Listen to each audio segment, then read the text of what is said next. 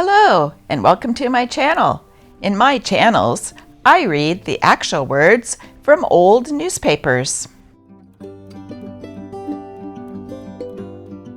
I know these two people are not from the 1800s, but I just couldn't resist putting them as my thumbnail and hoping that it'd be interesting enough that you would click on my channel. I'm hoping that you will try it and you will like it, and possibly I could get you to subscribe, or at least put a thumbs up, or maybe even comment. I always answer my comments, and thank you very much. As most of you know, Alexander Graham Bell was the first person to get a patent on his invention for the telephone. I don't think he had the slightest idea of how important the telephone will become in the year 2023. For a lot of us, I think it's like we grew another appendage and we never go anywhere without our cell phone. I can't help thinking about people in the past and how much they admired this new invention that would help them call for emergency services, call and check on their mother and friends. And it was handy for asking a girl on a date.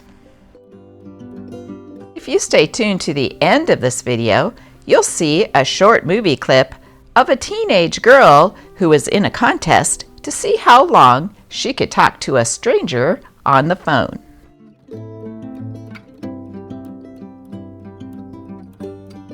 You think this is a picture of the very first mobile phone?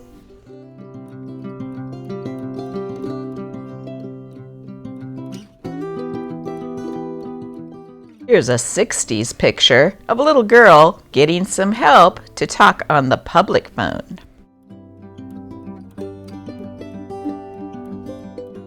When I was growing up in the 80s, the novelty phone was all the rage.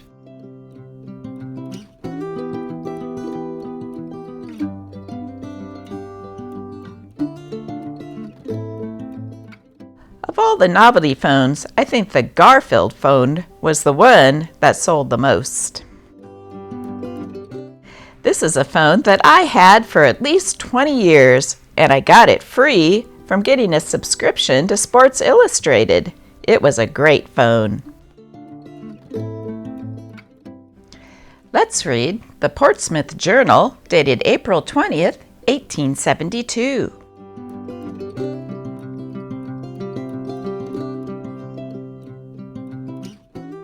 In love with his engine.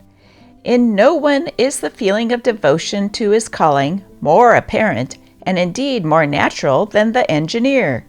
His engine is to him a thing of life and intelligence.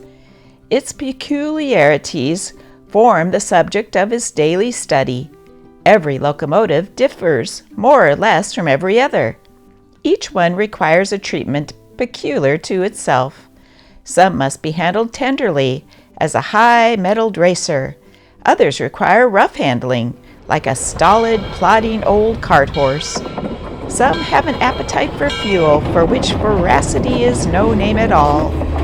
Others consume water as if afflicted with an insatiable thirst. Some possess a pleasant habit of keeping themselves clean and neat under all circumstances, while others are inveterate smokers, to cover the engineer and fireman with sooty, smoky soot.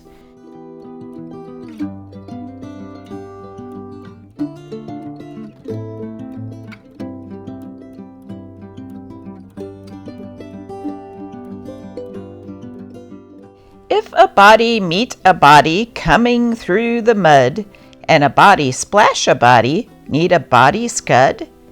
Every highway has its crossing. None are always clean. So if a body's boots get dirty, do not call him green. If a lady meet a lady coming through the slush, need she frown to see some splatters on her silk and plush? All the lassies go a-shopping when the days are bright, but oh, it is a tiresome job with gloves in such a plight. Everybody has their troubles, either dust or blood, but they should keep their temper down when coming through the mud.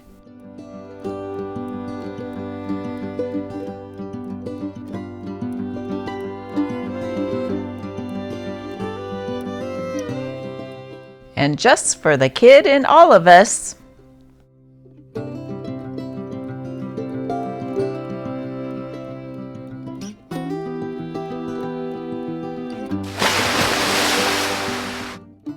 Garrett's electric disc, fixed close and warm, quickly relieves rheumatic and neuralgia pains and weakness.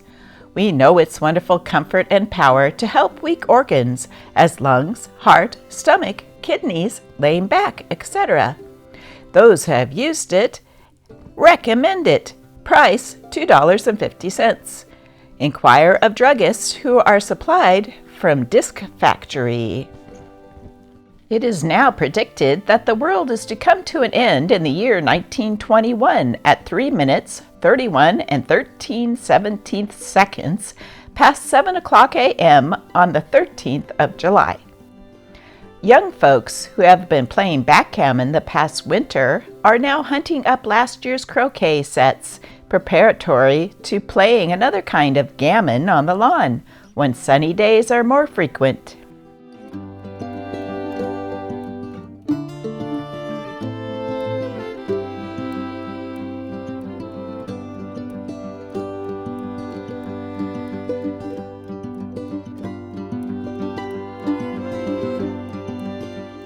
A young son of Mr. J.W.P. Carter of this city, 4 years of age, swallowed a sharp copper tack 3/4 of an inch in length, and great alarm was felt by his parents. 72 hours afterwards, the tack was on exhibition, having done no harm to the child, strange to relate.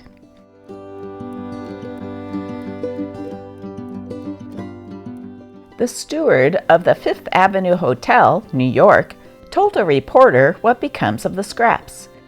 "When I have done dining, what do you do with the food which I have left untouched or barely tasted of?"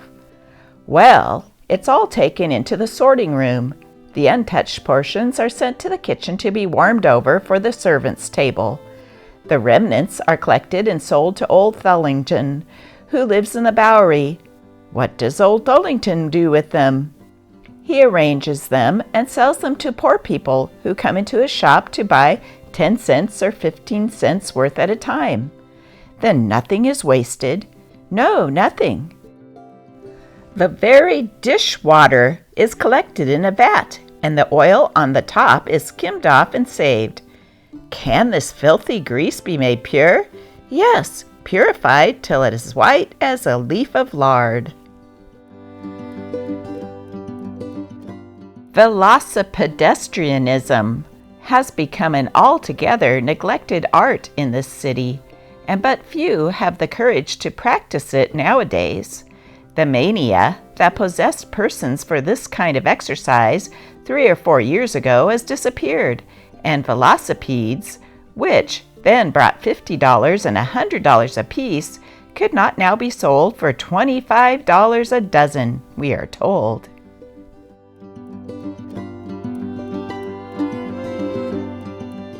If you're liking my channel, check out my second channel, Life in the 1900s Newspapers.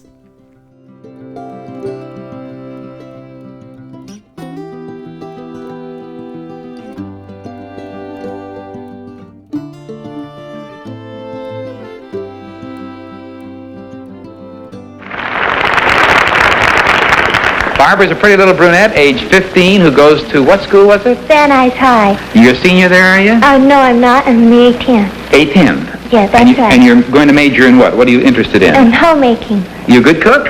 Well, no, I'm not. Or you're just learning to be? That's right. Uh-huh. Now, are you interested in boys? Yes, I am. Do you go steady? Yes, I do. You do? Yes. Isn't it all the kids are going steady these days at the age of 14 or 15, aren't they? That's right. How old were you when you first went steady? 13.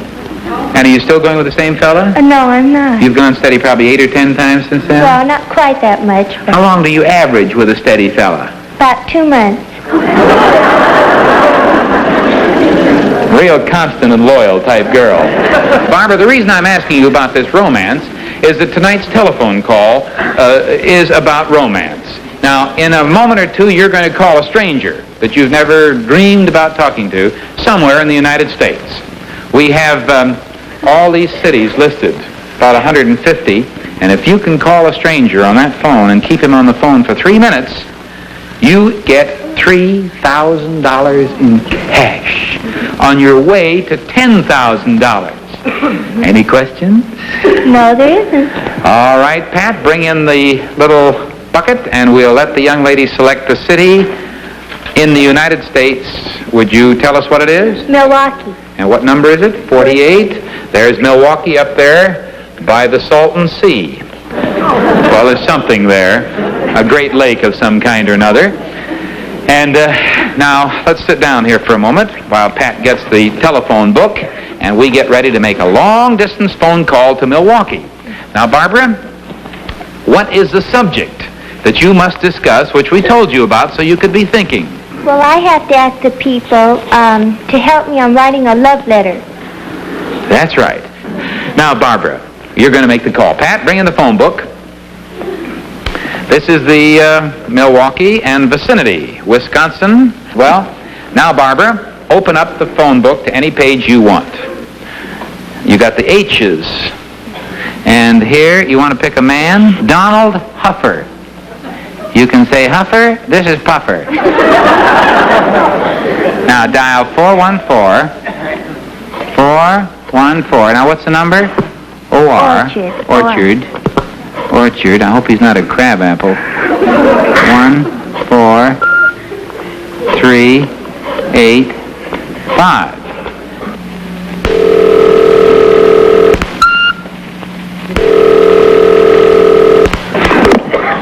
Hello?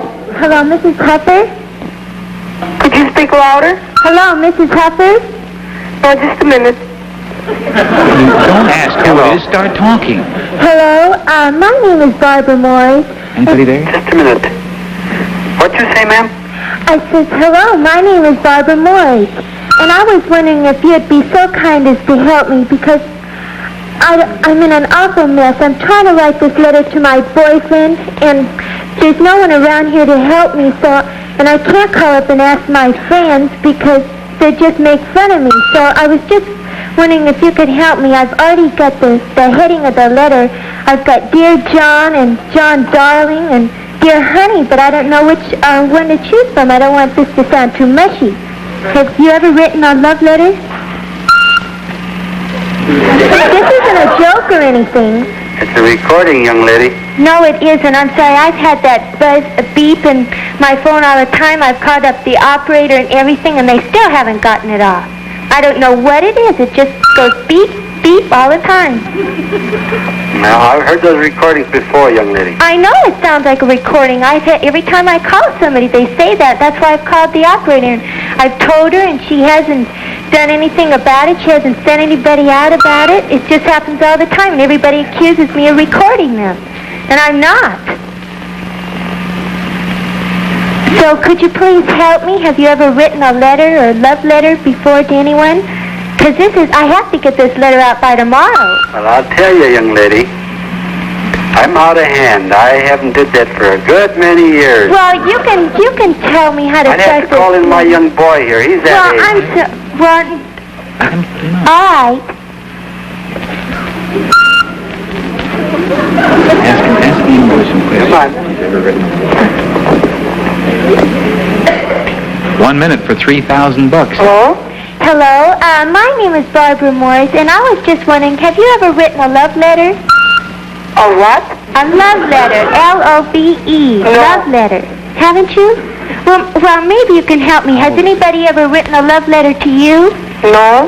They haven't. Well, see, I'm writing this love letter to my boyfriend, but I don't want this to sound too mushy. So do you think if I started off, Dear John, that would sound too plain, or Dear Honey, or Darling, or how do you think I should start it? Well, I wouldn't know. Well, how old are you? 14. You're 14? Well, see, I'm 15, see, so you must be able to help me. How would you like a girl to write you a love letter? Would you like to say, by the way, what is your name? That I cannot tell you. Why can't you? I'm not going to write you a letter. I won't want to get a letter. Say, young man, this is Art Linkletter calling from Hollywood. Do you know who I am?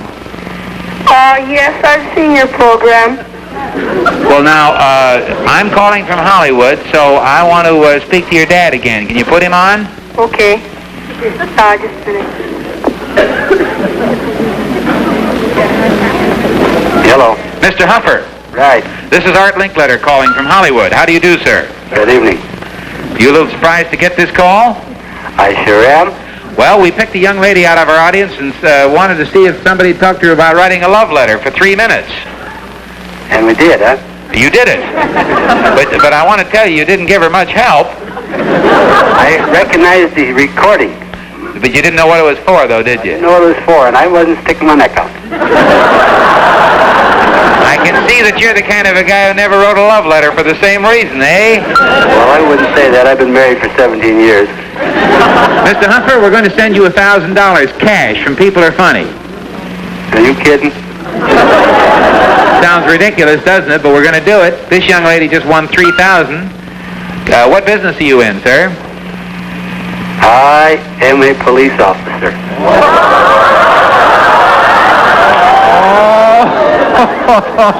Well, no wonder you recognize the beep on the line.